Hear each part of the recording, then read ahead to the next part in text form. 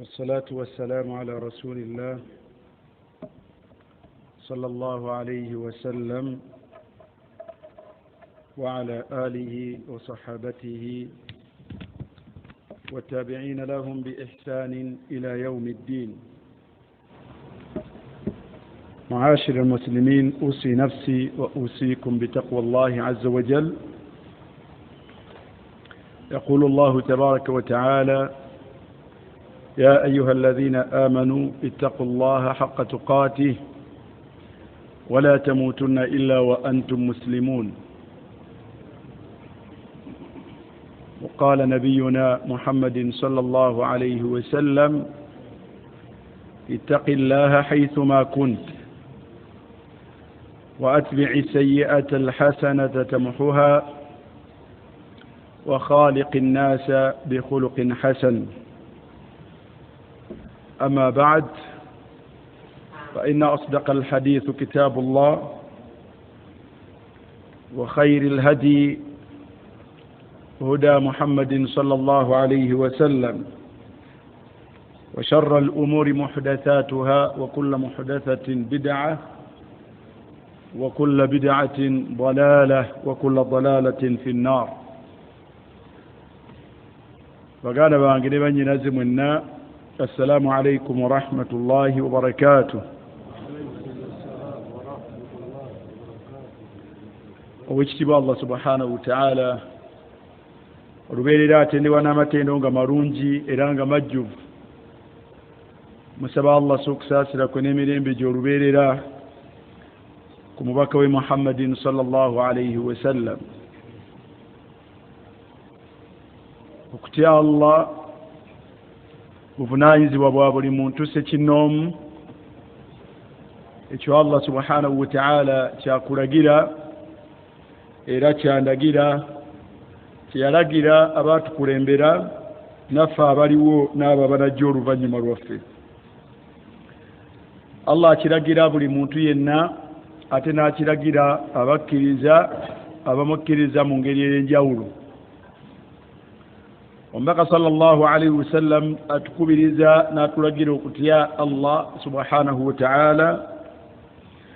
era ne gufuuka omubala ogwa buli muntu yenna okubeera nga ajjukiza munne okutya Allah subhanahu wa ta'ala.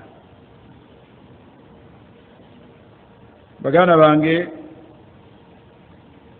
qabla kulli shay, tewaliwo obukakafu bulaga awalan omwezi gwe tulimu mwezi gwa Safurun, mwezi gwa Safur. Tewaliwo bujulizi bulaga ti omwezi guno mwezi gwa bizibu. Fala ta'taqidanna, tekakutandanga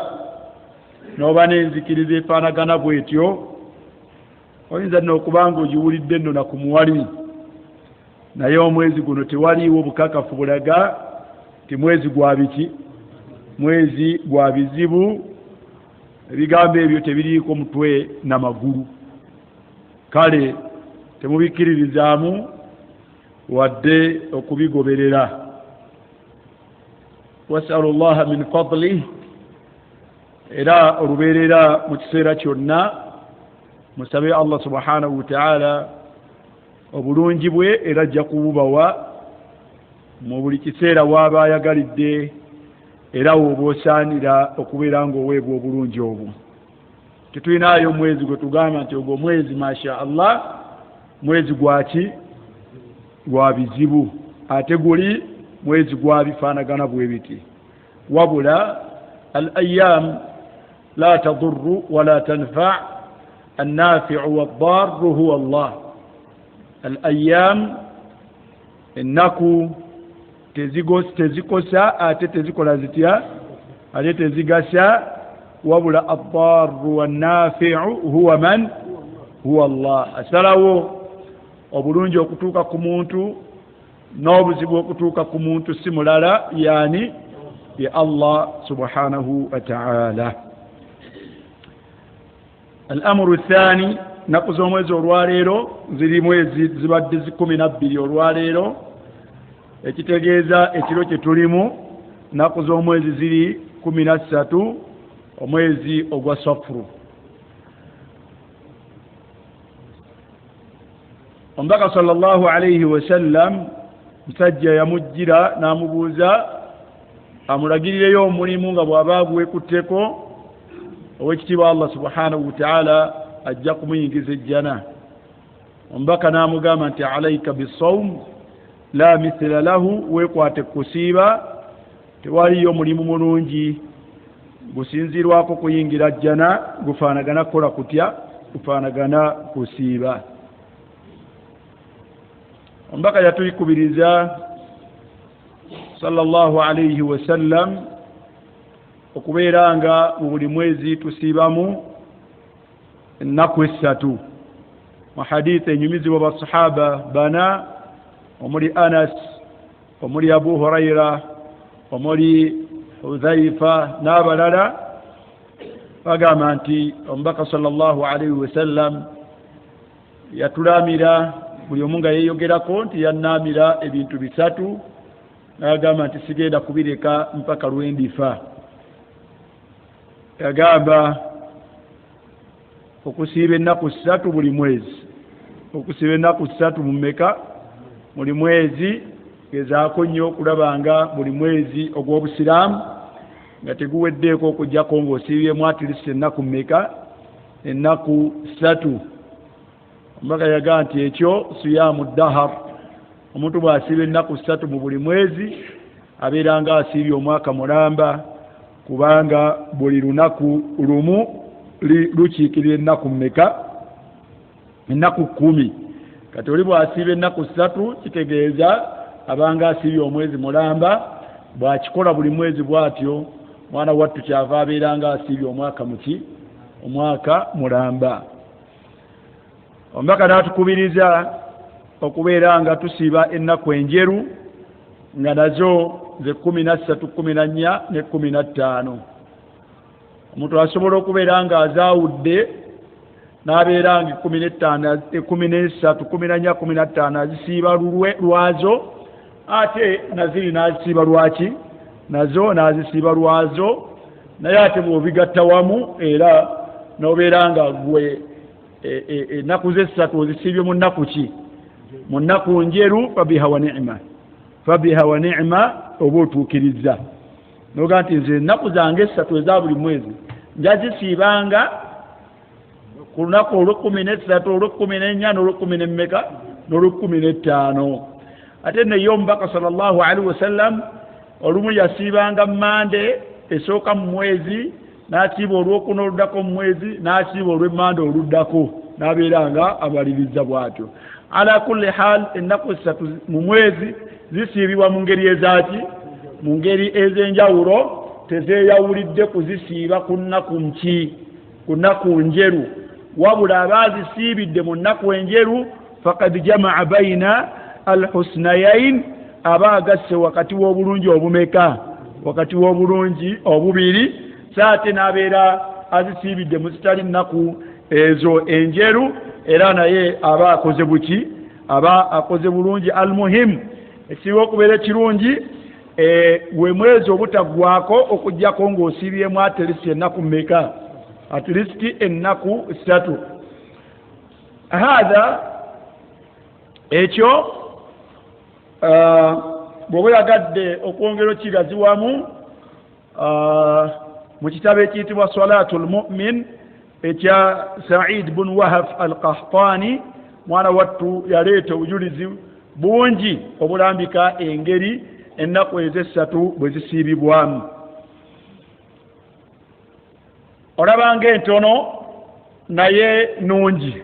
Abdullah ibn Amr ibn Asi yaje omubaka sallallahu alaihi wasallam ng'asiiba ennaku nnyingi. Omubaka n'amugamba nti siiba ennaku mmeka? Siiba ennaku 3. N'amugamba nti ya Rasulallah, inni utiiqu akthara min dhalik, wangu omubaka wa Allah nze nsobola ekisuuka ku nnaku 3. N'agenda nga bw'asaba okumwongeza ng'omubaka amukola atya? Yamwongeza. Bw'asaba okumwongeza ng'omubaka amwongeza, paka lwe yatuuka kukubeeranga amalira ku siyamu Daawud ey'okusiiba olunaku n'alya luki n'alya olunaku n'amugamba nti bw'oba ng'osazeewo ekyo kyekisembayo teriyo kisukka ku ekyo olya lumu n'osiibuluka lumeka n'osiibuluka lumu n'agenda n'ekyo Abdallah bun Amr ibn Aasi naye awo yali akyalina amaanyi naye bwe yakula n'akaddiwa Allah yamulekawo n'amuwa ku buwangaazi agenda okulaba nga takyabisobola nga takyakola atya siyamu Daawuda emufuukidde ekizibu yagamba ekigambo yagamba nti laitani qabiltu rukhsata rasulillah nga zinsanze nze kale senga nakkiriza ekigambo kyani yombaka sallallahu alaihi wasallam nga yeekalubiriza kakati omulimu ayagala agugguse ayagala mpaka lwanaafa nga ibaada yakola atya ng'agiriko naye ate emukoze etya emuzitooweredde emukaluubiridde n'abeera nga yejjusa kale nno okusiiba ekitono n'okiwangaalirako kyekisinga okwepikira ekingi ne kituuka ekiseera ne kikola kitya ne kikulemerera aqulu okusiiba ekitono n'okiwangaalirako kyekisinga okulunkanira ekingi ne kituuka ekiseera nga kikulemeredde hadiisi eyo erimu ebintu biringanga bisatu naye byonna omubaka yatuwa kigero ekitono okusiiba yatuweeza ennaku mmeka 3 salatu duha omubaka yatuwa wa rakaatai duha mu hadiisi eyo yatuwa raka'a mmeka raka'a 2 naye ng'ate esingako awo naye omuntu agenda nayiwa n'akuba ekifuba ku duha 8 era okulaba nga zitandise okumufuukira ekizibu tegerekese bulungi ng'anafuye amma ow'ebbiri nga yakyakola atya asiperingayo eddakiika 5 n'akalera kaazi 2 khalas era abasahaba abo abaana be mbagambye kyokulabanga baga nti ffe tujja kuva ku nkola eno mpaka Allah lwalitujjulula duha basalira kaazi abwe mmeka 2 tegerekese bulungi bwe yagenda ku qiyamu layl yaga nti wa an utira qabla an arqud n'okubeera nti nsaalayo witiri ne bwebeera kammeka emu oba mmeka oba 3 n'ekibeerako asineebaka olabanga ibaada ezo zonsatule yaleeta ekigero ekitono naye mwana wattu kirimu ekyama ti omuntu asobola ozikola atya asobola okuziwangaalirako mpangadde mummwe ebbanga liwerako walillahi alhamdu walminna nzize mbalaba walillahi alhamdu walminna naye okusanga omuntu mu myaka y'ekyenda eyali yeepikira siyamu Daawuda nga n'olwaliro akyagiriko bw'oba olinayo omu ng'omunsongerako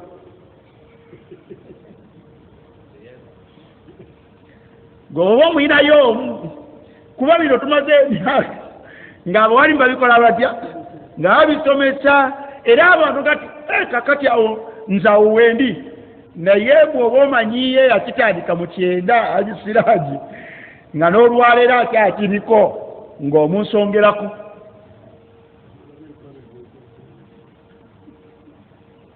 tegerese bulungi ye bw'oba olinayo ow'omu 2,000 mwaba gwa 2,000 awo wakati w'2,000 ne 2,010 nga ddala lyasiiba siyamu Daawuda nga n'olwaleero mu 2,023 Allah amuleseewo ng'akyamuliko ng'omunsongerako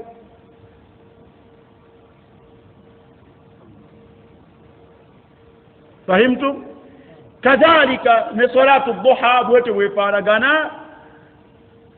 ne qiyamu layli nayo bwete bwekoleetya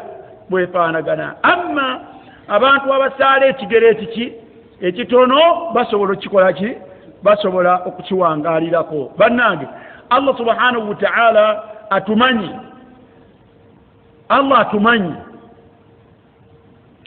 olaba bwe yafuula ibadaati endala nga zirimu obulungi bungi naye n'ataziteekako nga zabwatteeka ibadaati nga nnyingi zirimu obulungi bungi naye n'azireka nga kuffe nga sizaabwaki nga sizaabwatteeka rahmatan bina kutusaasira nakumanya bunafu bwaffe kutusaasira nakumanya buki nakumanya bunafu bwaffe tegerekese bulungi ثانيا olaba omubaka sallallahu alaihi wasallam ku salatu layiri eyo enfuula gye yazisaala omulundi ogwokuna oba ogwokutaano bamubeeba owayefaayo jangu otusaaze fe imaani ino tujjudde kaakati tetuze kusaala tegwe tolabikako ne bakasuka obuyinja ku makaage nga sijja kufuluma kambeereyo bazze imaani eririddawa eri waggulu eryeswala terabikangako enkeera yabaga nti mbakufuluma yandibadde bafuulibwako yabwatteeka n'abaga nti naye temwandigisobodde temwandikikoze mutya temwandigisobodde kati amateeka ga Allah subhanahu wa ta'ala yabiteekerateekera bino mu ngeri ng'atumanyi tuli banafu teweerimba oli munafu ya akhi alkarim kakati ukulufu min al-a'mal ma tutiqun fa inna Allah la yamillu hatta tamillu mwepikire emirimu gye mujja okusobola Allah subhanahu wa ta'ala la yamillu hatta tamillu tabeeranga akooye mpaka mwerombera mukoze mutya omala kukoola gati gamuwedde ekyo akireke kati naye gwe woweepika asigala akuleka kolaki kale nno ukulufu min al a'mal ma tutiqun mweyigike emirimu ddala gye mukola mutya ddala gye musobola wa khairu al a'mal omulimu ogusinga okubeera omulungi ku muntu ye muntu gwawangaaliddeko ne bw'abanga agukola mu buki ne bw'abanga agukola mu butono fahimtum so njala bakubiriza enkya musiibeeko abalamu bavubuka obulamu mubulina n'abantu abakulu ng'emubiri gwo mulamu siibako enkya lillahi tabaraka wa ta'ala n'olwokumeka n'olwokuna osiibe n'olwokutaano osiibe kirimu empeera nki kirimu empeera mpitirivu ate tuliba beetaavu ba mpeera kubanga ekituufu n'emirimu naffe tetulina giri awo tegerekese bulungi al-amru thani nga nagenda ku mbeera ndala naku zino mbadde ndabako ku midiya okwo ndabako mukulembeze ng'anekaanekanye ne famire ye abaana n'abazzukulu n'omukyala nga bajaganya emyaka 50 mwabalabyeko waliwo yabalabyeko semutya mutiira buki omukulu baatulaze ku mbeera temwagisanyukidde si bya bufuzi temwagisanyukidde tebaabanyumidde mwagala kuba ba mitima mibi almuhimu mu bitrendinga ku midiya kuliko omukulembeze waffe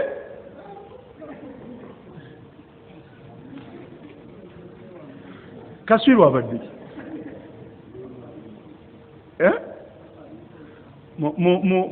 mumyutirize temyutiriza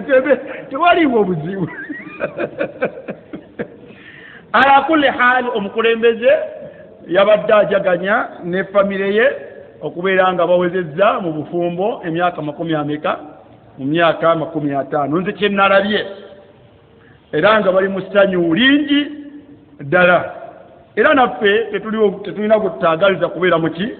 tetulina kututagaliza kubeera mu ssanyu wadde bano nga bali ku bunkenke naye njagala kugamba ekigambo kimu ebyo byammwe simanyi ze nalabye mukulembeze w'eggwanga ne mukyala we n'abaana nga bonna bakoze batya nga bonna mwana wattu banekaanekanye era nga balabise bulungi gye tuli era nga bali mu ssanyu lingi. Naye njagala kubasaba abakulembeze abo essanyu lye baabaddemu, njagala kubakakasa nti waliyo abaana b'abasiraamu abaakwatibwa ng'ate abazadde baabwe ne babajjako ne babatwala. Wenzijidde ku mpewo wano nga sinnafuna bukakafu nti abaana abo baabatadde abaana b'empigi.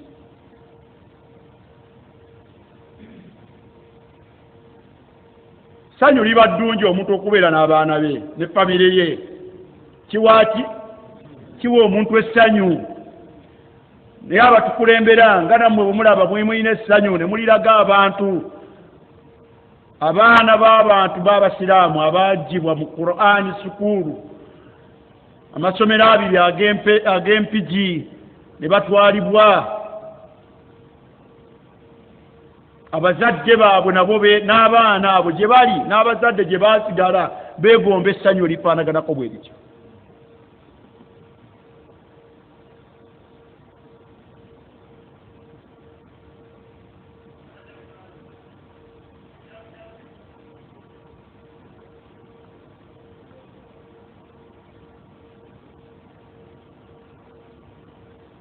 Essanyu eryo buli omu alyetaaga, n'omwana we ne bazadde be, wakati mu kubeera mu bugagga ne mu bwavu. Omuntu asobola okubeera mu bwavu naye ng'ali happy n'omwana we.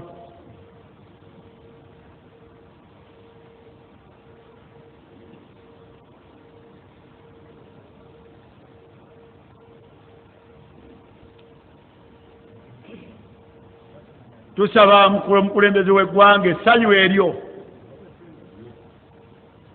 olirowoozeeko ku baana baffe ab'obusiraamu.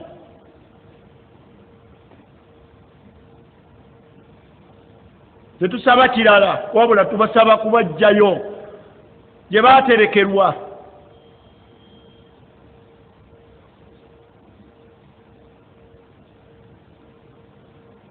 Nabo babeereko ne bazadde baabwe, n'abazadde baabwe babeereko n'abaana baabwe.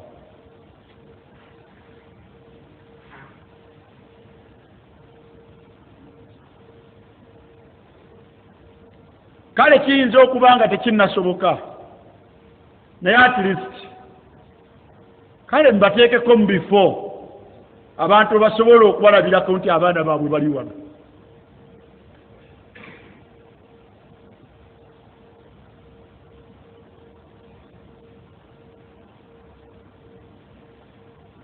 Kigambo ekyo kubadde kusaba kwange, naye kwanzijidde nga ndabye essanyu lye nalabye abantu lye boolesa lye bayolesezza, siriinaako buzibu.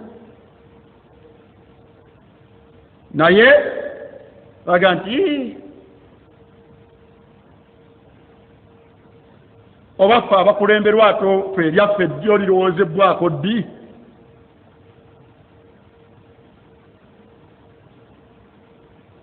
Maye buli muntu abeera ne byajja mu mbeera gy'abaalaba, ebyo bye najje mu mbeera gye nalabye.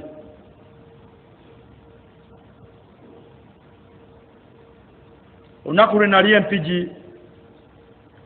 wa hafula ya mpigi Islamic SS, nalaba mukulu w'abaana abo, omu ku batabani ba Abbas Battira, ndowooza omukulu, ng'ayimiridde ku muzindaalo ng'awaaba ewa Honorable Hirdamani, Dr. Hirdamani. Amugamba nti mukama wange, bato bange nga mulimu n'ow'emyaka 13 baatwalibwa okuva mu ssomero lyaffe, naye mpaka n'olwaleero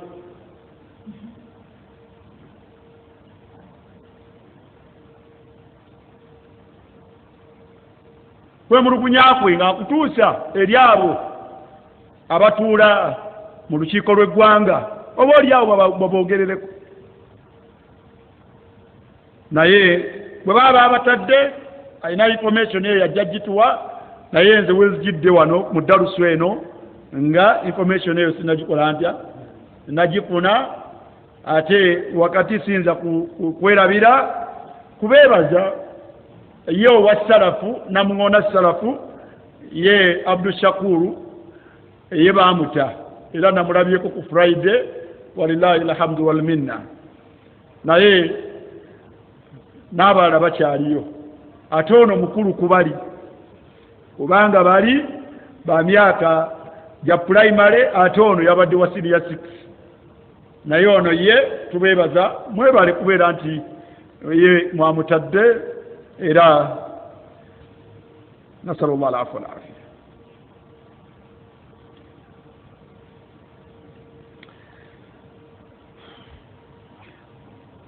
wetwakoma nga tununulira as-sa'adatain okwesiima okw'engeri ebbiri twatunulira as-sa'adatu al-wahmiya okwesiima abantu kwe basuubira obusuubizi naye nga si kutuufu.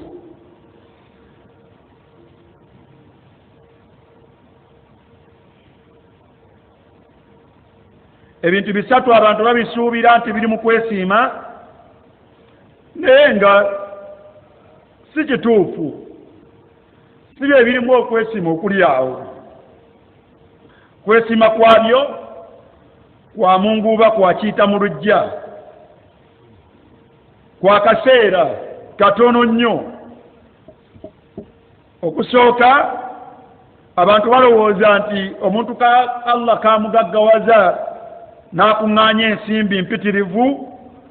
ti mwana wattu aba yeesiimye. Ekyo nno twagamba nti si kituufu n'akamu n'akeddagala, era nsigala ŋŋamba nti ssente si ye buli kimu.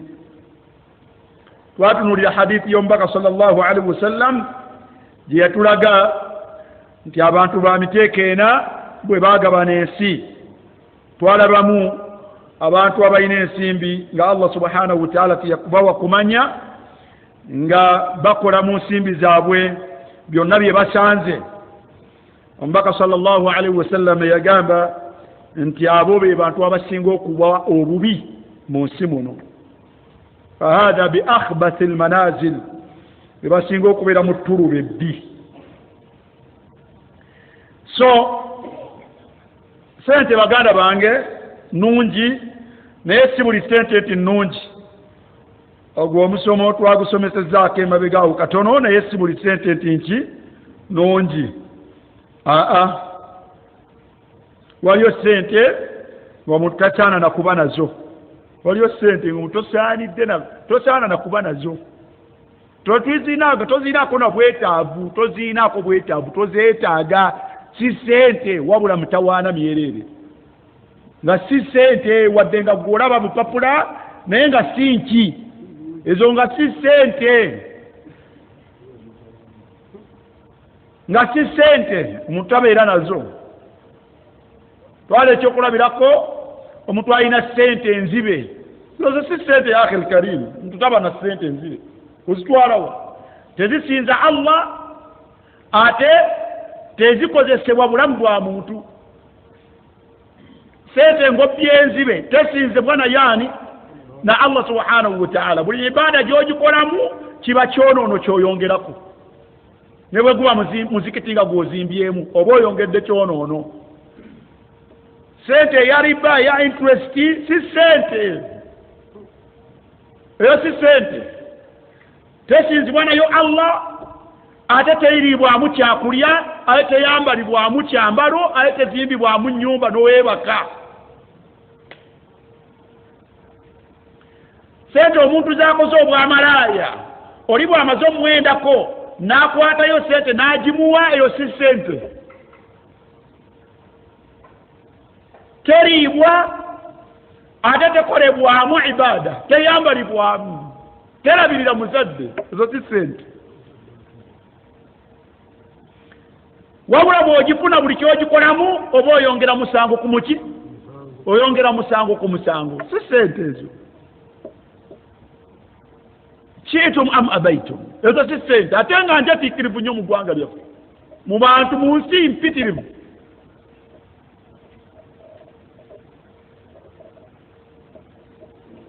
sente yaba mulekwa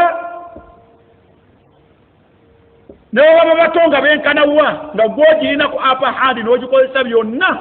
yo si sente totwala tekola ibada aye teyimirizaawo omuntu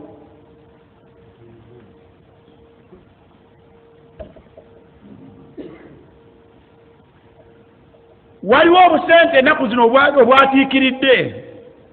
waliwo yanga nti lekeraawo tobuyita busente kale waliwo sente ezatiikiridde ennaku zino waliwo yampadde omusitwale omupya naga nti omuntu ennaku zino azimba bubukya ennaku zino azimba buki azimba bubukya ekibuya alinawo kabukya ne mundeba yateekawo kabukya ayina ne bwayise kabukya nga ati kabukya otegeeza ki tikaroogi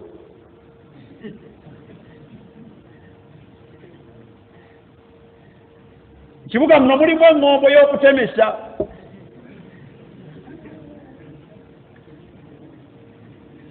tegerekese bulungi kati bu guest house abantu obakyanga seeko omuyansa abeereyo kakiri naga nti owange newange bakataddewo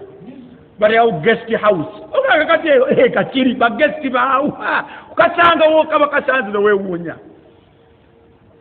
naye abagenyi b'ebyo bamanyiddwa zunatun wa zawani benzi yateekerawo abantu webendera nga ye bwakola atya bwanoga si sente akhiri karim shiitum am abaitum ezo si sente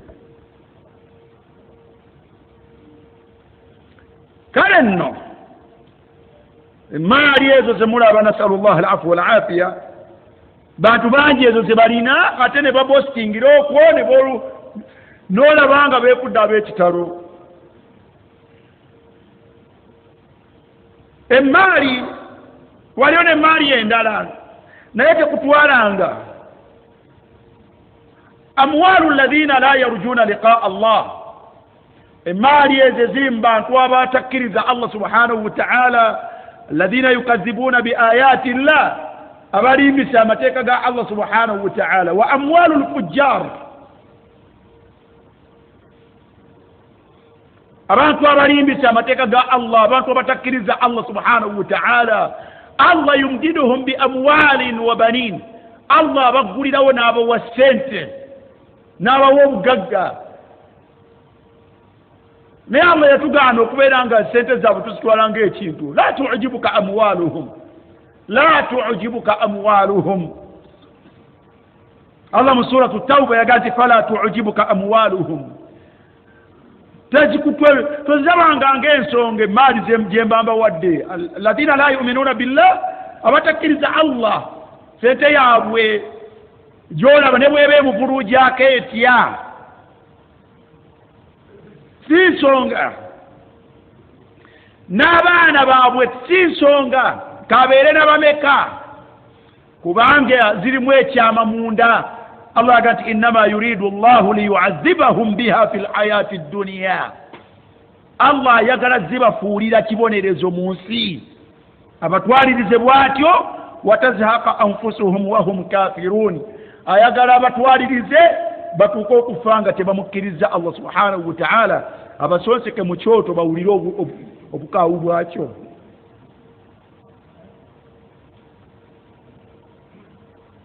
kyobulaba nti kafirun sajja atakkiriza allah subhanahu wa ta'ala mu suratu lkahf bwatyo yali ayigamba munne allah yamuwa amalimiro otwala tugende nebifanako bwe bityo ضرب الله مثلا الرجلين واضرب لهم مثل رجلين جعلنا لأحدهما جنتين من أعناب وحفظناهما بنخل وجعلنا بينهما زرعا كلتا الجنتين آتت أكلها ولم تظلم منه شيئا وفجرنا خلالهما نهرا الله يموه إمالي ينميلو بيرنا ينغز بلكمو يتبيه إلا وكان له ثمر ينجرا النميلو ينغارنا التونا غارنا مسجو مسلام ولولوه amugamba wahuwa yuhawiruhu lagati ana aktharu minka malan wa a'azzu nafara kusinga nno ssente ate era n'abantu fe abagagga tuba n'abangi nze nkusinza abantu bwe baba baana batubendabirira bennako obuvunaanyizibwa toyinza kubabala obugagga katonda yabumpa naye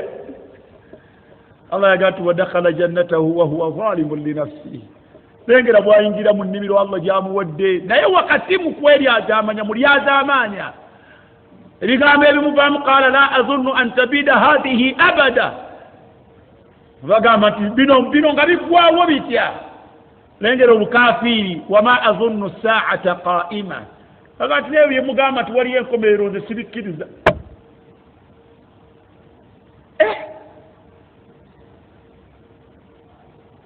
wansi munne kyamugamba nti owa ate obadde otya akafarta billadhi khalaqaka min turabin thumma min nutfatin thumma sawwaka rajula olwokuba katonda akugaggawazizza otuuse okubeera nga omukafuwalira ne katonda tomukkiriza kathiru min alaghniya la yu'minuna billah bangi mu abo Allah bawadde ssente tebakkiriza Allah subhanahu wa ta'ala bangi mu abo Allah bawadde ssente tebakkiriza Allah amugamba nti ولولا إذ دخلت جنتك قلت ما شاء الله لا قوة إلا بالله إن ترني أنا أقل منك مالا وولدا فعسى ربي أن يؤتيني خيرا من جنتك ياكم الكرزاء بويبتو بالفانقات أباكم عندي أبين سيبي لا يؤمنون بالله ولا يعرفون لله قيمة هكذا كان قارون في سورة القصص أين السنتنا يتمني كتوندا سنت سبكرو أبو سنتي سنتي تزيد قوما لا تعجبك فلا تعجبك أموالهم تسكتواري رزانغا تسكتواري رزانغا يا أخي الكريم قارون هكذا في سورة القصص بريبواي تكو باتبقى يا ليت لنا مثل ما أوتي قارون buli gwayitako baga nti kale senga nange ninanga katonda ziyamuwa Karuna era buli omu akuba bimiro innahu ladhu hazzin azim oyo yesimye bwe kuba mugabo yewa katonda yamuwa yafuna ate yamuseera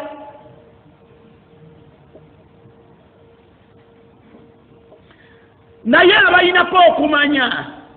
bagamba ngabo abatalina kumanya abeegomba ezo ensimbi babagamba nga ti wailakum thawabullah mubadde ki abagwamu n'obusente bwa Karuna n'amatiribona ga Karuna mubadde ki empeera eziribwerwa Allah subhanahu wa ta'ala zennungi gye muli neebagatire man amana ku muntu anaabakkiriza Allah subhanahu wa ta'ala n'ebirala bwakeera ku makyanga Allah aleese byaleese omugagga Karuna amukoze byamukoze n'obugagga bwe bwonna bugenderamu ate bano ababadde beegomba abalabanga essente z'abatali basiraamu nsonga nnyo obugagga bwabwe aye ne badda ku mabbali nagati katonda yatusaasidde senga naffe yali yatuwangeezizza senga naffe atukoze ng'oyo nga lwebategeera nti sente size buli kimu sente size buli kimu yanansi sente ziba nnungi ku muntu akkiriza Allah subhanahu wa ta'ala nga ne sente z'entuufu nga sente nnungi yazikugema ku matuufu tekikoma ku ekyo ng'azikolamu emirimu emituufu khudhu dhalika minni kinzijeeko sente nnungi zina obukwakulizo busatu bwe zitaba ezo tomenyekanga togwangamu sente nnungi ye sente nga mwana wattu eri mikono gya muddu akkirizani akkiriza Allah subhanahu wa ta'ala thaniyan nga sente ze ziva mu makubo malungi matuufu Allah gakkiriza kyakumeka kyakubiri thalithan ekyokusatu ateekwa okubanga sente ezo omuddu ono azikolamu emirimu emituufu bisatu bwe kumegukako ekimu ezo teziba ssente tezina makulu tozegombanga.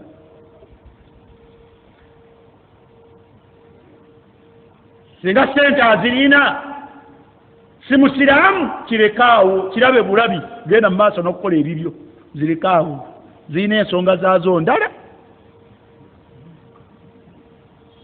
falamma nasu ma dhukiru bihi fatahna alayhim abwaaba kulli shay. Kebamala okugamba nti Allah ffe tetukumanyi totubuulira bya Katonda tetwagala kumanya fatahna alayhim abwaaba kulli shay. Abayaga nti kale bonna mbagulirawo mbawe buli kimu kye beetaaga.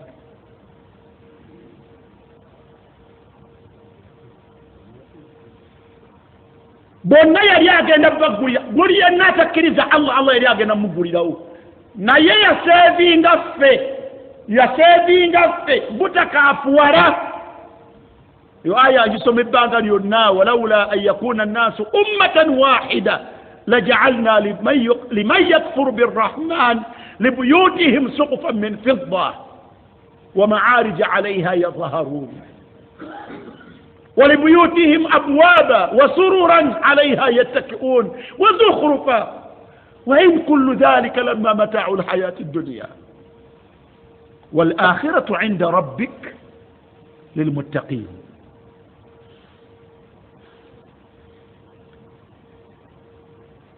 mwemulumisa abatakkiriza Allah obwavu mmwe musigalenga muli basiraamu nga mulabayo eri ku baavu ngati neeri wali abaavu nga tunywerere wano wetuli kabutulumire wano mu busiraamu. Allah yali asipe yalinga ffe nasallallahu alaihi wa afiya kuba abakukikolanga buli atali musiraamu amuwa amakiri bona abantu bonna badali kati awanyo weewaawo tugenze eri naye ogenda okulaba nga naye wali abakola batya abakaaba n'ogumamu ate ne kana akalungi kolaba awo bali n'afunayo neeno mu basiraamu n'akawaayo fulaani ne fulaani ngati naye neeno mu basiraamu waliyo abalinamuko ngati ndowooza babikola bwatyo. Naye abo munakuwalira bwereere abo Allah subhanahu wa ta'ala tayagala baseera ku nsi wahum fiha la yubkhasun. Allah tayagala baseerera wali mugabo gwabwe kubanga ulaika laysa lahum fil akhirati illa an-nar. Kubanga gwogwawe balina kufunira wano eri maaso tebakkiriza nti gyebiri ate era tebalinayo kantu. Mwe mwagala eri babaseere kati lwaki mwagala bannanyiri wano bo baseerebwe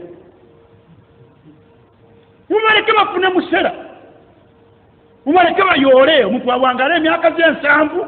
ng'alyokka ali happy afe agende mu kyoto kye.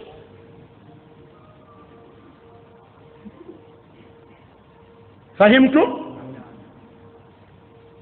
So bwe kumanyikako embeera y'obusiraamu nga sente zoonooneka azirina naye la hawla wala quwwata illa billah bannange si kinene ebyo mulaba si binene. Omubaka yagamba sallallahu alaihi wasallam ti Allah bagenda kuleeta yauma alqiyama omuntu yasinga okubeera mu byengera mwabo be mulaba ne muggwamu nanosigalenga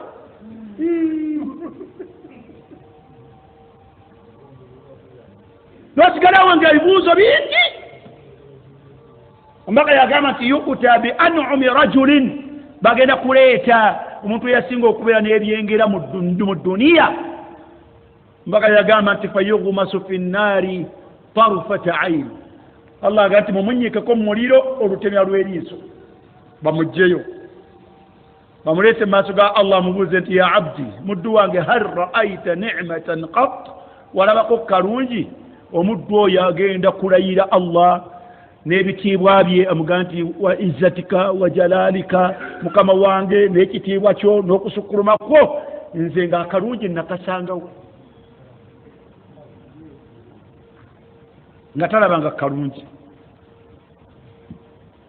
Thaniyan omuntu okubeera nga ensimbi zarinanga za haramu هذا عذاب فوق عذاب. هذا عذاب فوق عذاب ebyo bibonerezo waggulu wa bibonerezo nasallallahu alafwa walafiya baka yagati man iktasaba malan min ma'samin omuntu yenna senga afuna ensimbi mu makuba agatali matuufu fawasala bihi rahimahu najiyungamu oluganda au tasaddaka bihi oba nazisaddakamu oba nakolamu emirimu yagamba nti lam yakun lahu fihi ajirun tazirinamu mpeera neki wakana isruhu alaihi ate omusango gwe gumusigalako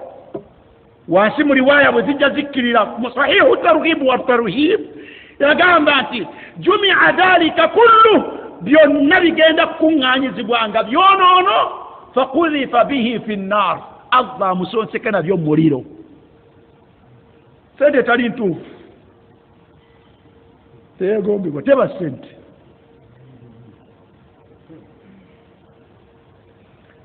sente etali ntuufu ya nansi teba sente wama aktharahu nga mpitirivu nga bayitirivu abagirina nammwe nga mubamanyi olwaliro mu bantu abagambibwa nti balina sente be bali b'ebisiyaga nayezo si sente beera ne duniya yonna nayezo si sente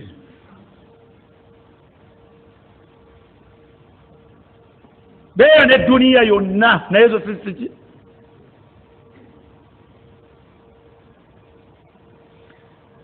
embeera ey'okusatu ya akhi lkarim ye muntu okubeera nga sente kale azirina ne bwansandibadde ennungi naye nga tazikola mu mirimu mirundi awo allah bayogerako ogenda musanga nga akaaba ma aghna anni maliya ma aghna anni maliya ng'omuntu ye akaaba mu maaso ga allah kiki sente allah yazibu naye tezangasa omuntu yenna atakola mu sente ye a'malun saliha mirimu mituufu si sente zegombebwa si sente zegombebwa sente yegombebwa otunuliranga ebintu bimeka agirina ateeka okuba nga akkiriza allah subhanahu wa ta'ala abo abafuluma n'ekyo tobabala ekyokubiri eteeka okuba maali nga ntuufu abalina entuufu baliba ku ngalo awamebala ne bafuluma ekyokusatu oteekwa kuba nga mujjumbize mu kuzikolamu emirimu emituufu eyo gye bayita sente eyo gye bayita ki era omubaka gyaga nti ni'ma almaalu salih lirajuli salih kyabbeeyi ekya sente entuufu lirajuli salih nga ziri mu mikono gy'omuddu omukozi w'emirimu emiki omukozi w'emirimu emituufu era abo babu hurayra be beemulugunyako ew'omubaka sallallahu alaihi wasallam nebagamba nti dhahaba ahlu duthur bil ujur abalina sente ya rasulallah tuzze kuweemulugunya abalina sente batumalako empeera abalina sente batumalako empeera bakolanga ebyewuunyisa ddala nga bazitwala ne bafuna recommendation z'omubaka sallallahu alaihi wasallam ezeewuunyisa ze teriyo kinewuunyisanga mubaka lwe yagamba Uthman namugamba nti ma darra Uthmanu ma amila ba'da al-yawm Sumani kuzino zoleese ku kino kyokoze teriyo kyonono kyogenda kukola nekikukosa oluvannyuma lw'olwaleero ma darra Uthman ma amila ba'da al-yawm Uthman talina kyagenda kukola mu byonoono ku nsi kuno ebbanga lyasigaddeko talina kyagenda kukola nekimukosa ku kino kyakoze olwaleero ng'aleeta sente mu maaso g'omubaka sallallahu alaihi wasallam omubaka n'amala ensonga z'obusiraamu teriyo laisa fi taarikh wala fi lquran si mu byafaayo bya busiraamu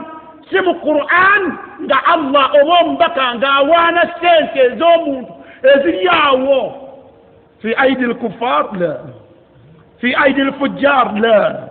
nga allah aziwaana nti zankizo zansonga abadan era mu ayati nyangu nnyo wailun likulli humazatin lumaza olaba bwayo omwononefu muyitirivu wakugeya wa lugambo twala tugende naye mu bitendo byalina alladhi jamaa maalan wa ajjada muyitirivu wakuŋŋaanya nsimbi n'okuzituuma alina mpitirivu era alina endowooza embi yahsabu anna maalahu akhlada alowooza nti sente zirina kye zijja okumutaasa kalla layumbazanna fi lhutama alinde lwengendo mumuteeka mu muliro faya saada baganda bange abantu yadhunnun abantu balowooza nti sente ye buli kimu no sente si ye buli kimu ate si buli sente nti ebeera sente ya nsonga abadan fe abasiraamu tusunsula mu sente tulina sente zetwegomba nezetusaba Allah subhanahu wa ta'ala atuwe ezitali ezo Allah tatuwa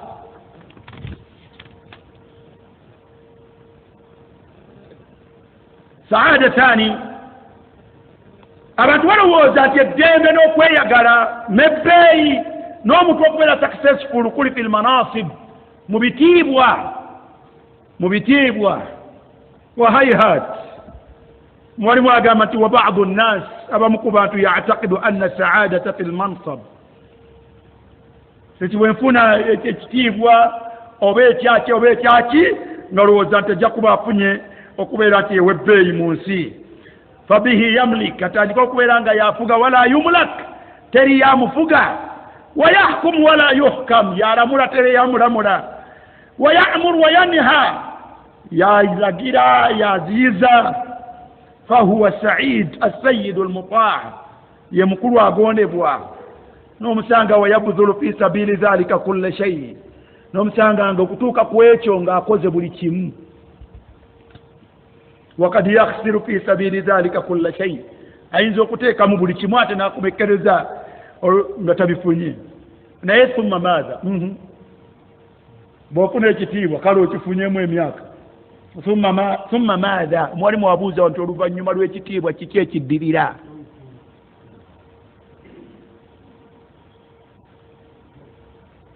oluvannyuma lw'ekitiibwa twogere ku kitiibwa ki mu Bakara sajja ow'obuyinza eyalina obuyinza egamba etya aya Ibrahim yali n'omu ku bafuzi erimu ana uhyi wa umit qala ana uhyi wa umit etandika etya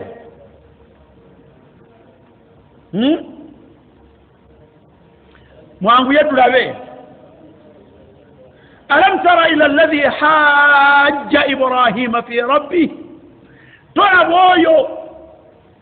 eyawandisiganyako ebigambo ne Ibrahim ku bikwatagana n'okukkiriza Allah subhanahu wa ta'ala yali mukulembeze idh qala lahu Ibrahimu amugamba ti rabbi alladhi yuhyi wa yumit yangati omulezi wange nze gwensinza yoyo awo obulamu gwaba buwadde natta gwaba akoze atya gwaba asse mukulu namugamba naye gwe oba otegeera bulungi ekyo kyoyogedde ana uhyi wa umit bwe mba nsazeewo omuntu abeere mulamu muleka ate bwe nsalawo nti tasula era takola atya tasula abakulembeze yakutuluuni abakulembeze batemula biasibabihim olw'ensonga zaabwe kati olumu yarawuna alhayata walmautu fi aidihim olumu balabanga okufa n'obulamu buli mu mikono gyabwe abantu mubitiibwa ebyo bibeeramu ebyo taka lwe yaleetayo ekirala kyatayinza kubeerako na comment namuga nti fa inna allaha ya'ti bishamsi min almashriq kale nno munnange obuyinza olina bungi naye nze gwenjogerako obuyinza bwe tebufaanagana bubwo owange obuyinza bwalina ajja enjuba eno mu east n'agitwala mu west agati okulaga ku maanyi go fati biha min almaghrib njagala okyuseemu ku sisitimu enkya eviira eno muvuganyeeko naye enkya eve mu west ngedde eno fabuhita alladhi kafara gati ogambye eki fabuhita alladhi kafara naye n'ebyo byonna abantu balowooza nti emirembe n'okuyitamu n'okubeera successful bitiibwa naye bw'onoomala okubituukako thumma maada mwalimu yagamba nti thumma almaut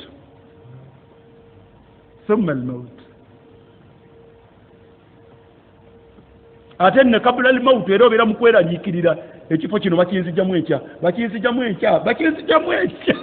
nabo bunkenke weebuli awo tewaliwo saada gy'olowooza naye akhiru mataaf enkomeyo ya byonna almaut waliwo omukulembeze khalifa wa busiraamu bamuyita Harun al-Rashid obulwadde bwamuluma naye nga mugagga nga alina n'ebitiibwa naye agenda okuwulira nga obulamu bugenda mumanyi mu busiraamu tutera okubeera n'erimbo tusima kabbuli ne zibeera waawo nga zirinze basaabaze n'enkoowe bw'ogendawo ssaawa eno waliwo eziriredde gwe weefiisefiise ng'oli w'enkoowe si byakusima weeziri ebyo mufa abasiraamu byabuki Harun al-Rashid bw'atuuka mu mbeera eyo yagamba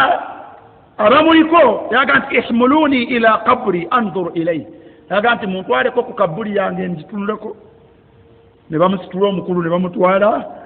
bwe yagituukako naga nti n'atunuulira amakiri gonna gagenda okuvaamu ne wagenda okutwalibwa mu kannya yakaaba n'akuba omulanga baka wa ala bukaauhu n'akuba omulanga kyava asoma etteeka laga nti ahalaka anni sultaniya obukulembeze bwange n'amaanyi gange n'obufuzi bwange bulabika busaanawo oluvannyuma n'agamba nti ya man la yazuulu mulkuhu owange gwe obufuzi bwe gwe butaggwaawo irhamu man qad zaala mulkahu saasira oyo obufuzi bwe gwe buweddeko bandeeta naye onsaasira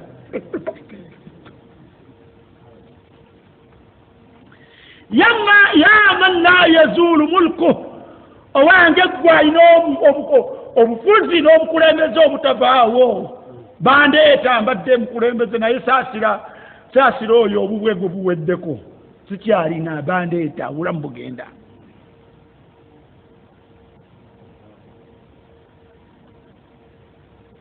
temulowoozanga yanansi nti ebitiibwa bye buli kimu abasiraamu mu abantu mu aba bulijjo muleke kulowoozanga nti ebitiibwa bye buli kimu ebitiibwa si bye biri kimu si lyeddembe si kwe kwesiima abadan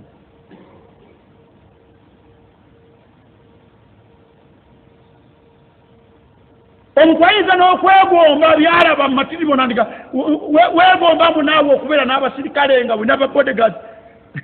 muganda wange teweegombanga gatwago si gatuufu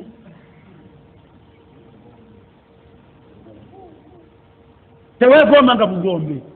buyina ebyabwo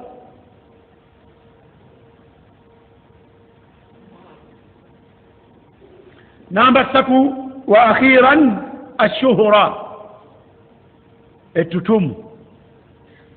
obwaserezi si bwe buli kimu abantu balowooza nti omuntu okubeera n'ettutumu aba atuuse ku buli kimu aba yeesiimye masha allah la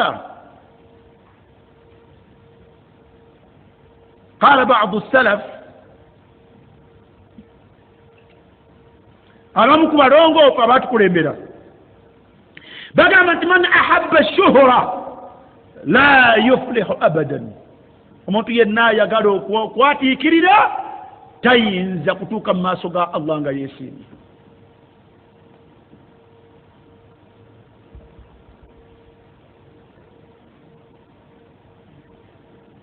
omuntu ayagala ettutumu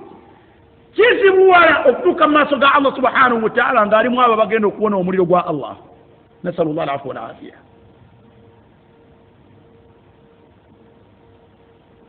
kubanga abantu bakola ebinene n'ebitono basobole okwatiikirira. yatawahamu kathiru min annas,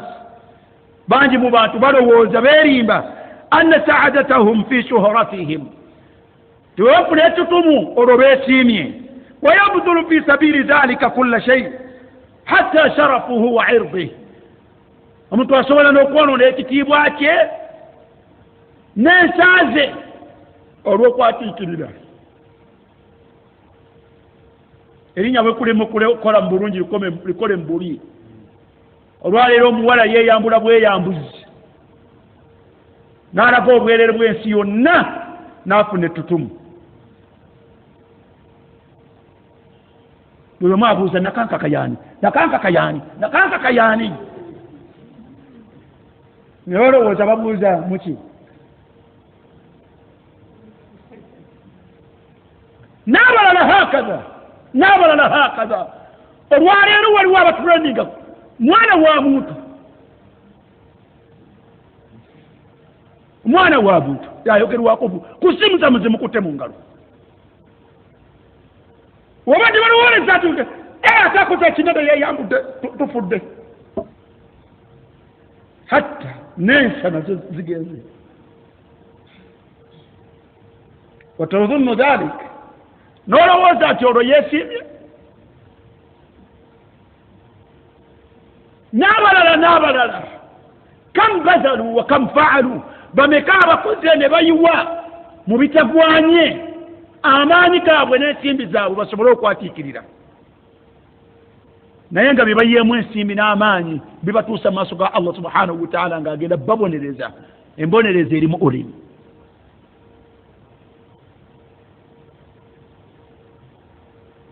kam ishtahara min ikhwanikum, bameka abatikiridde mu bagala bammwe lwa almuziqa alkhali'a, olw'endongo mwe beeyambulira. kam ishtahara, olwaliwo we basinga ettutumu. وهل هذا يفلحهم ايوا لما تسمى تقع الله قبون يوم يقع الله ابدا يا اخي الكريم. لا،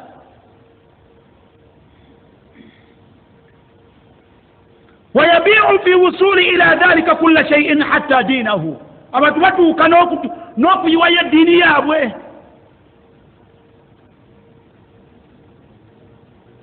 كل هذا في سبيل الوصول إلى غرض خبيث. ebyo nango omuntu anoonya kutuuka ku kigendererwa ekibi. wa mata'in rakhisin, n'ekintu ekyokweyagalamu akaseera katono ne kiggwa. ani yagamba nti lirasitinga? ani yagamba nti tutumu lirasitinga? ani yagamba nti tutumu lirasitinga? twogere kwani? nasalullah alafu wal afiya. abafute baboogerako.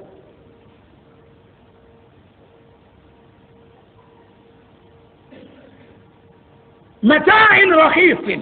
okifuna naye nga kyaki?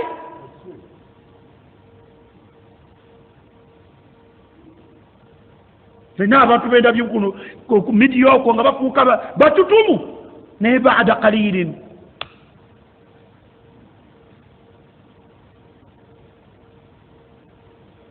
bonaba mu nsi ku midiya yammwe nga ekyuli takyaliko.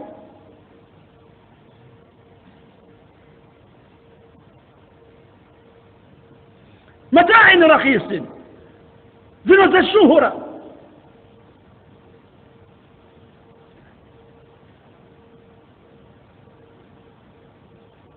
ettutumu si ye buli kimu. ettutumu si ye buli kimu.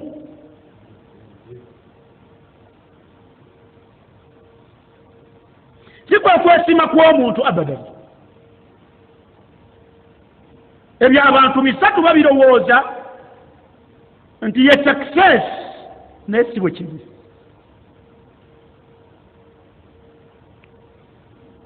أما السعادة الحقيقية وكويسي ما سكسيس انتوف، وهي سعادة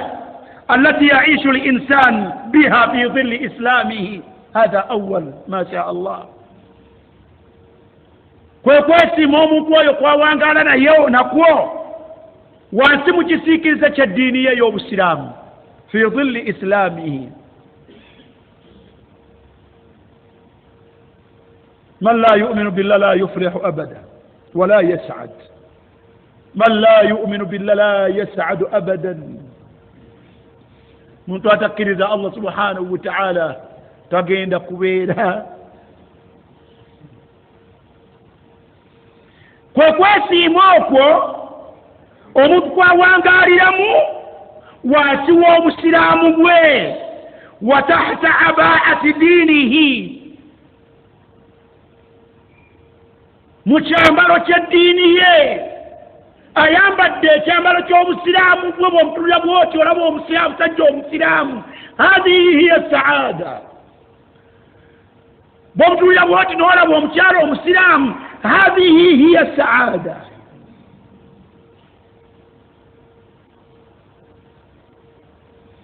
والطريق إليها نوكا لكتوسا كتشو يكون بعدة أمور. ekikutuusa ku ddamba eryo ensonga ziwerako muzo. ekisooka ayagala ekkuba erimutuusa ku kubeera eyayitamu eyeesiimye masha Allah. era bwe twogera ku ddembe n'okuyitamu tutegeeza oyo anaawangaala empangaala ku nsi ng'oluvannyuma lw'okuva ku nsi agenda kubeera mu kaweweevu n'amatiribona. kyetuyita saada kitegeere. ye muntu awangaala ku nsi empangaala ng'oluvannyuma lw'okuva ku nsi tagenda kubeera mu kanyigo. la khawfun alayhim wala hum yahzanuun. nga ennaku agenda gireka wano, nga tagenda kuddayo kufuna kutiisibwa wadde ebino eby'ennaku tebiriiyo. abo be bayite basuada, abo be bayitibwa abasajja abaayitamu. amma alladhi yaishu awangaala ku nsi kuno mu ngeri yonna gy'awangaalamu ng'oluvannyuma genda kuba kibooko na biwoobe talina.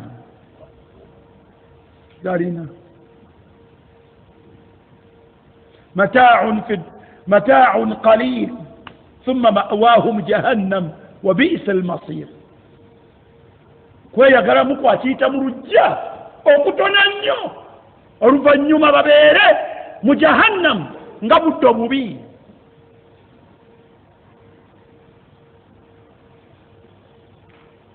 okwesiima okwo kwe twogeddeko omuntu akwata amakubo gano okukutuukako era ali mu makubo gano huwa saidu fi dunya wa sayasadu fi l'akhira.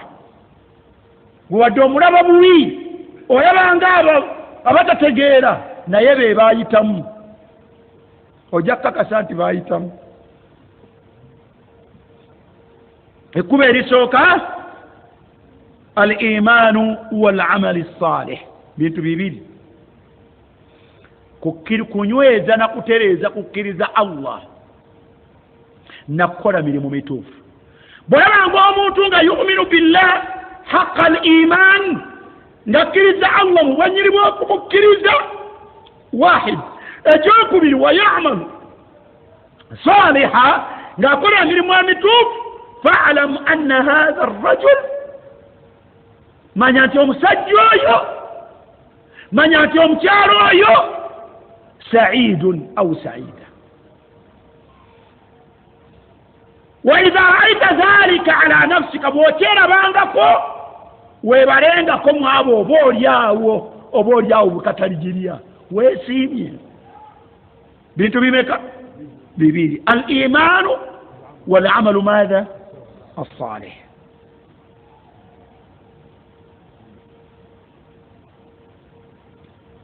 قال تعالى mu suratu Muhammad aya yakubiri Allah yagamba kuwa obukakafu kwekyo yaga nti walladhina amanu omanyina abatali bakkiriza balaba abakkiriza gati oba bano baali babalabanga abaawuba libaliko tebabitegeera naye Allah agamba nti walladhina amanu omuntu ddala nga akkiriza Allah kimu wa amilu salihat ne bakola emirimu emituufu bimeka bibiri wa amanu bima nuzzila ala Muhammad ne bakkiriza ebyo ebyassibwa ku Muhammad nga nayo ye Qur'ani erimu bino bye tusoma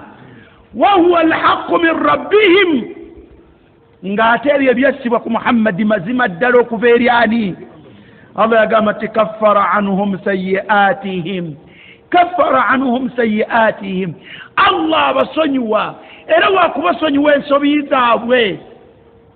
ekyo si kye twagala yagamba nti wa aslaha balahum Allah ajja kulongoosa ensonga zaabwe wa aslaha balahum ensonga zaabwe wa aslaha balahum ensonga zaabwe duniyawiya wa ukhrawiya aslaha balahum Allah ajja kubalongooseza embeera yaabwe suratu al-an'am aya ya 82 Allah yagamba nti alladhina amanu abakkiriza omuntu ng'alina obukkiriza yaga nti walam yalbisu imanahum bidhulmin obukkiriza obutaliimu bushiriku bakkiriza Allah mu bwanyiri bw'okumukkiriza bw'aba mukyala akkiriza Allah mu bwanyiri bw'omukkiriza nga tatabiseemu kweraguza simanyi twala tugende bw'aba musajja bw'atyo walam yalbisu imanahum bidhulmin abo be bafaanagambana batya Allah yaga nti ulaik abo lahumul amn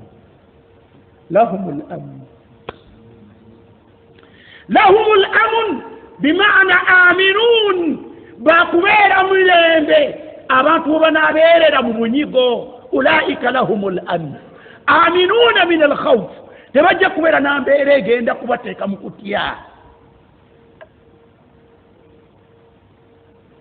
ulaika lahumul amn si kyekyoka wahum muhtadun era abo be bali ku bulungamu obulungamu imanun billah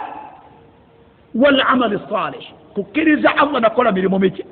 kukkiriza Allah nakola mirimu mituufu naye ulaika lahumul amn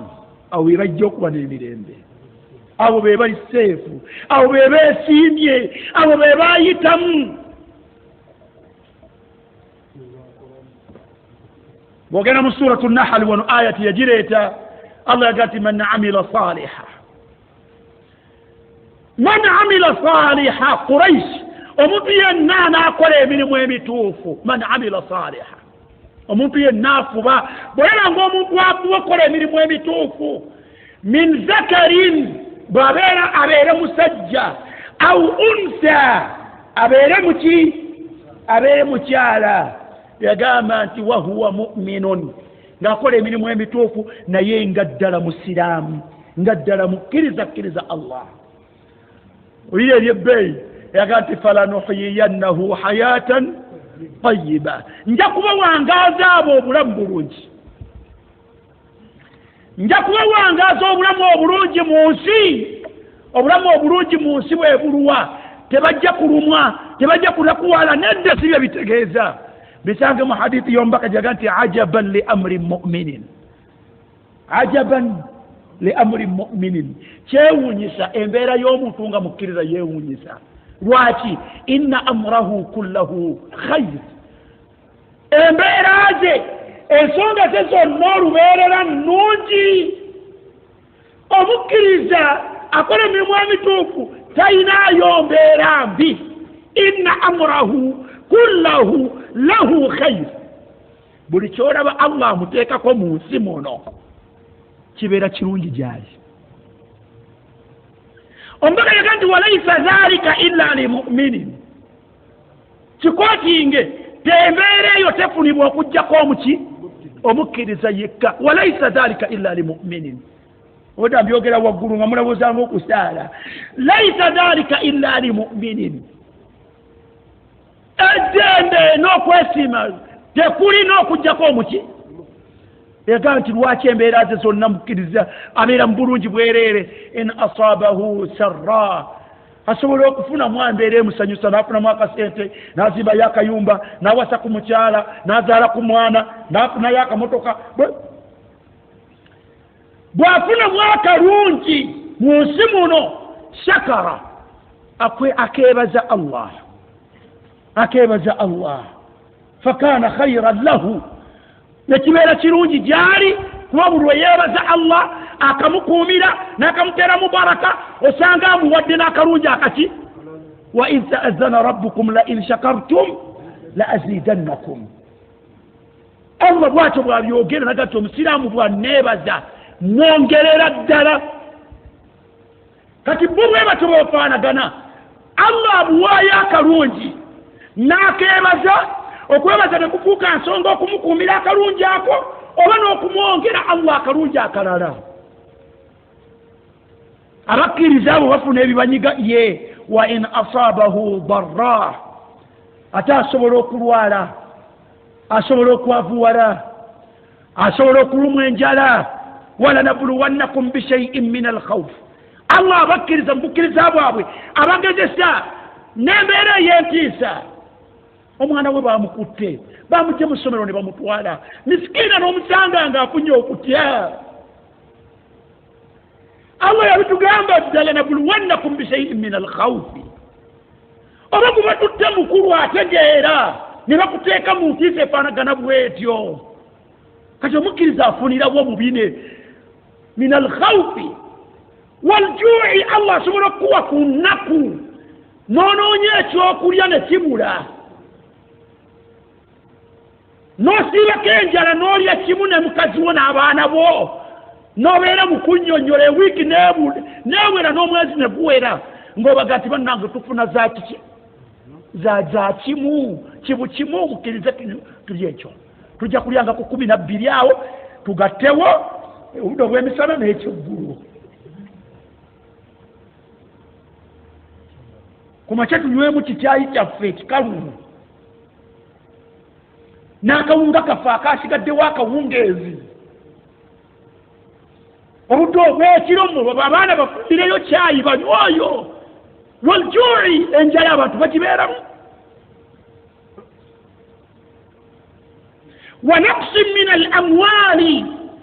omukkiriza afuna okukendeezebwa mu byenfuna n'osanga nga bwe zibadde zijja nga tezikyakola zitya tezikyajja n'oweza ewiiki ng'omutwalo gw'otwalira abantu okulya ewaka ogujja ku banno b'omutwalo ogwo tunaalaba buzibye nga tofunyeemu wa naqsin min al amwali bikendeera ensibi ne zikendeera akaduuka n'okavaamu nga leegi akulemye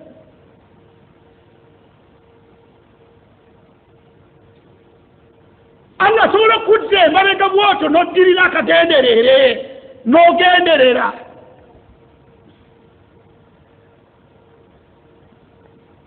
wa naqsin min al amwali wal anfus allah ayinza okuteeka mu mbeera ekuge n'akuttako abantu leero natta omukyala ne wayita emyezi 2-3 obadde okyasindira maama n'atwala maama amaziga nga tegakala mu feesi yo oba okyali ku olwo omwana n'amutta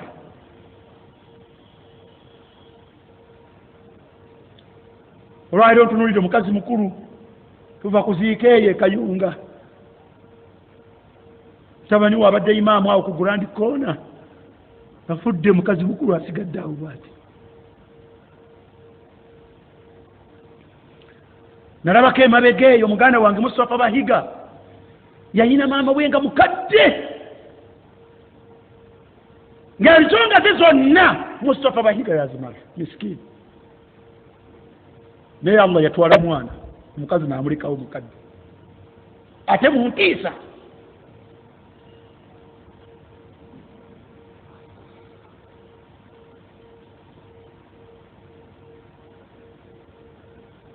zinabeera kalungi mu mbeera nga ndi bubi nga ne maama wange ali bubi nga tuli mu nju emu awaka mukodomi wange naŋŋamba yasanga ku ddwaliro naŋŋamba nti tofa nemunga utegeezezza kiranga nti nkugambye tofa naye nga tuli wamu mu nnyumba emu ndi bubi ne maama ali bubi tuliyanga nti tofa bwakera ku makya Allah maama namukola nti namutta saawa ng'emu tumaze okuziikaawo tutuddekaawo naŋŋa nti kati ne bwofa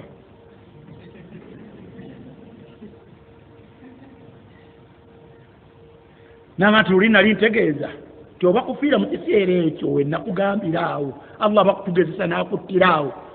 tetwanditege tuyinza okuba nga twandibadde n'emirambo ebiri naye kati oli kaafudde gwe ne bwofa tukusobola kati wanakusin min al anwali Allah asobola okutta enzimbi ate asobola okukendeeza abantu bo abakwetoolodde wasamarat kati osobola okubeera ng'oteeseteesa obulimiro limiro otwala tugende Allah n'abuzikiriza wabadde osuubirira obufuniramu bino birungi kikulu ku musiraamu bino bibaamu kalungi ki eri omukkiriza Allah weewuunye mu nnyiika eyo n'ebizibu ebyo yagati wabashiri w'amawulire ag'essanyu bannannyini ebyo benjogeddeko waggulu bawa amawulire ag'essanyu ajaban li amri mu'min bawa amawulire ag'essanyu wabashiri sabirin lwaki innama yuwaffa as-sabiruna ajrahum bighayri hisab temumanyi mpeera Allah zaawa muntu mu bigezo omusira omukkiriza akoze obugumiikiriza kati omukkiriza n'ebizibu byebyo byolaba ebyo byaye twogeddeko ebimu bifumbekeddemu obulungi buyitirivu ku mukkiriza oyo tebiba byereere byonna bulungi wa in asaabahu darra bw'afuna ebimukosa sabara akomekereza agumiikiriza fakana khayran lahu Allah n'ayongera kumuwa ki kumuwa bulungi kubanga innama yuwaffa as-sabiruna ajrahum bighayri hisab ebizibu ebyo bye mulaba sabiruna ila aljanna ebizibu ebyo yekkubo lyaffe mwe tulina okuyita shi'tum am abaitum ila aljanna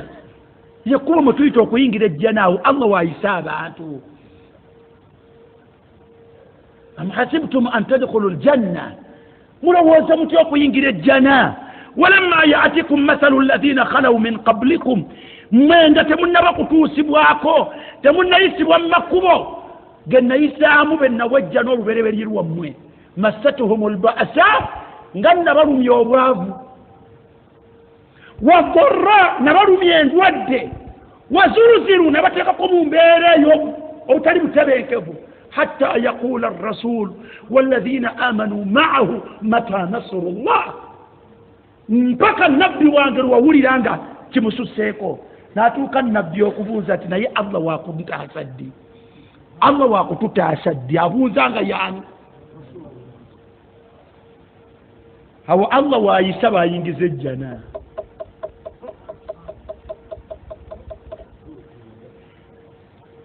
bwekuba kola bulungi laysa albirra an tuwallu wujuhakum qibala almashriq walmaghrib walakin albirra yakira wasilagati wassabirina fi lba'sa n'abo abagumiikiriza mu ngeri y'obwavu obuyitirivu muli baavu majorite y'abasiraamu baavu neewuunya abasomesa obugagga ne babutiitiirya azibu tebalina families mu famire eyange gweiye mulimu abagagga bameka mulimu bameka eyiyo buli famire ogisanga mu mugagga omu nga bali 50 sangamu abagagga 3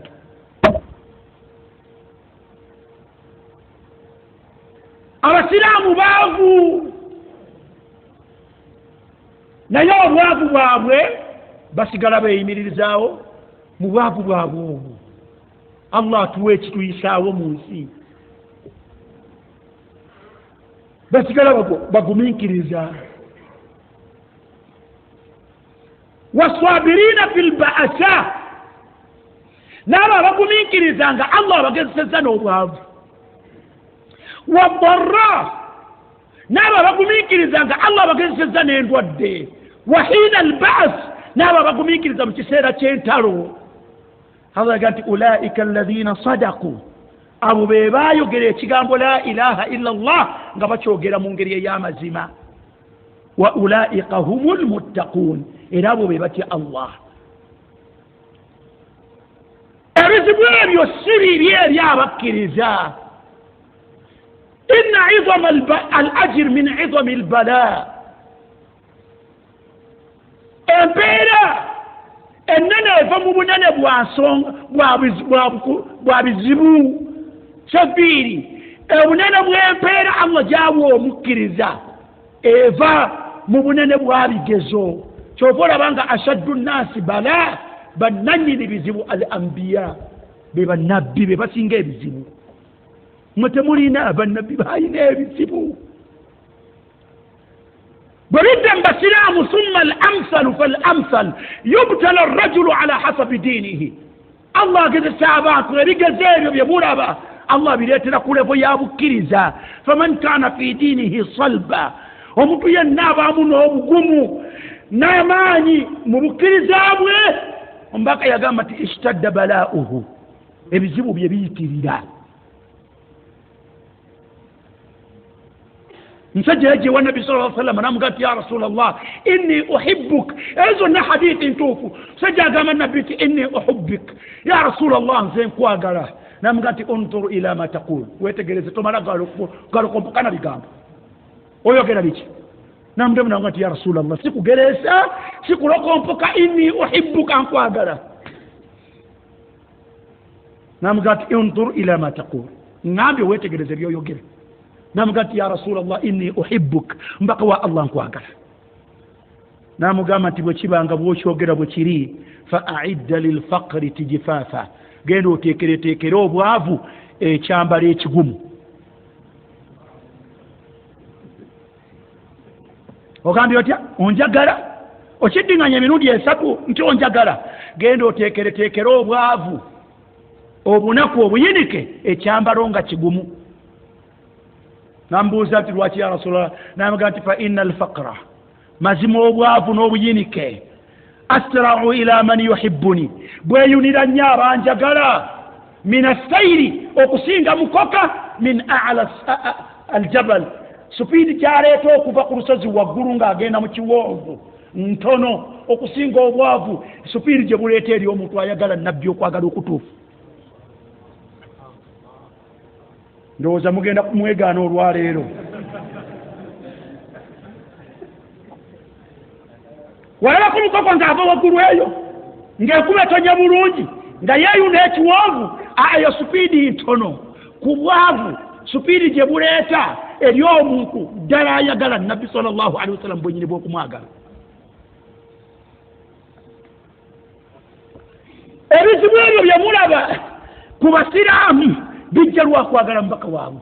Ebizibu ebyo bye mulaba Allah bibaleetera lwa mpeera nnene ebirimu. Ebizibu ebyo bye mulaba Allah byaleeta gye muli maghfiratan li dhunubikum, Allah bireeta abasonyiwa ebyonoono byammwe. Twekakasa nti tulina ebyonoono naye Allah subhanahu wa ta'ala yagamba nti omuddu Allah subhanahu wa ta'ala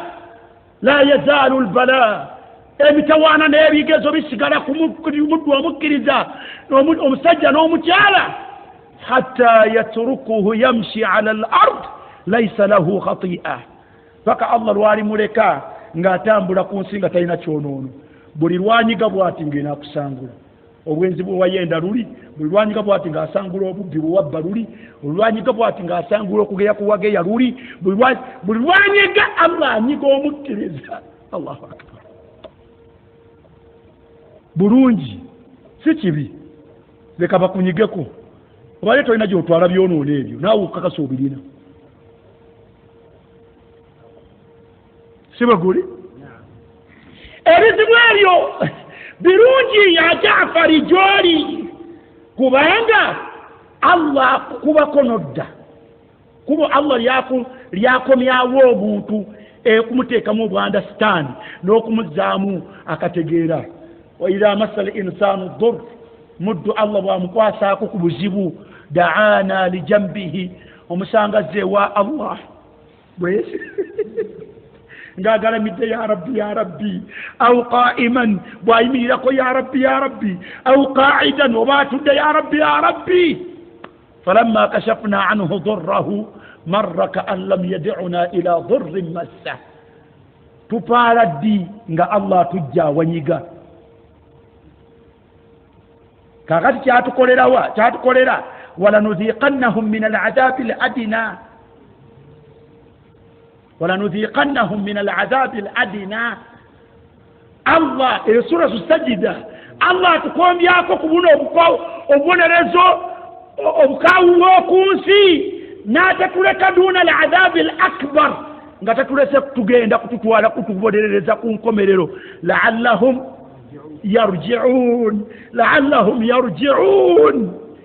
la'allahum yarji'un omulyawo Allah abadde ayendera mu kamotoka abadde agula bamalaya mu busente kati kabukendeeze nga tokya ofuna zakulya aye tulabe zonoogenda okutemesezaamu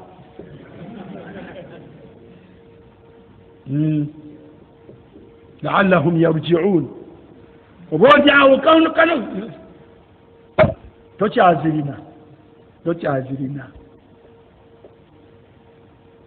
naye Allah bw'aba ayagaliza omuddu ku nsi obulungi ku nkomerero bw'akola ekyonoono amukwatiramukko wano ku nsi naye bw'abanga ayagala kuteeka mu ttanuuru amsaka alayhi dhanbahu akulekera ekyonoono kyo neweeyagala nakyo n'atuuka okutuusa ku nkomerero nga masha Allah agenda kukubonereza kyova olabanga omubaka sallallahu alayhi wa sallam yaga nti alhumma omusujja nasibu lmuminu min annar omusujja gwe mugabo gw'omukkiriza gwe yandibadde afuna ku muliro gwa Allah ku qiyama mukkiriza omusujja gubalume akasujja tokawulya bwekwokya yaga nti ogwo gwe mugabo gw'omusiraamu gwe yandifunye ku nkomerero Allah akuleetera akasujja ne kakuluma ku nsi n'obona kiyama jahannama naye guyinza okukuluma n'owuyaga wennooyo kyanga essigiri ambaka yatuuke wa Salama nga gumuluma naga nti obadde kyateggu naga nti alhumma ya rasulallah omusujja la barakallahu fiha gunnuma mpulira gunnuma teguli mukalungi mbaka namuga nti ya Salama la tasubbi lhuma tuweekukola musujja fa inna allaha yamuhu biha khataya Allah akusiimuulako ebyonoono ate owooza teguliimu kalungi ogubitya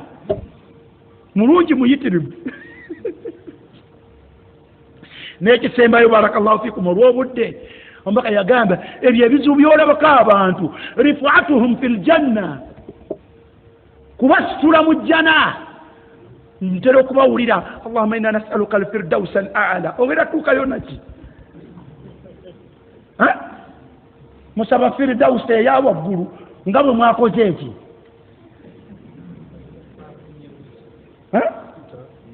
kiki ekyo kibatwala mu firdausi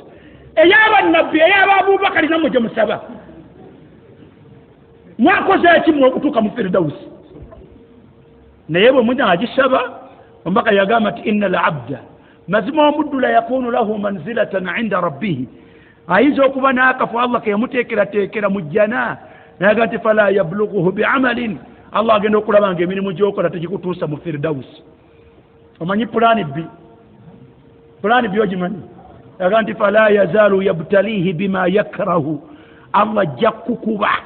n'ebyo ebikutamwa buli lwanyiga bw'ati ng'asitula hatta yubulighahu iyaahu agenda kujjako engalo ng'amaze okutuusa mu firdausi gy'osaba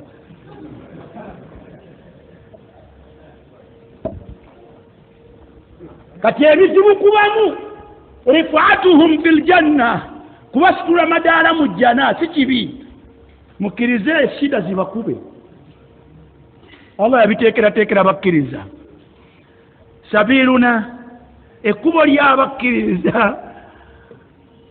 ila saada abeesiimye imaanun billah wal amalu kukkiriza Allah nakola mirimu mituufu wa ajaban li amri mu'minin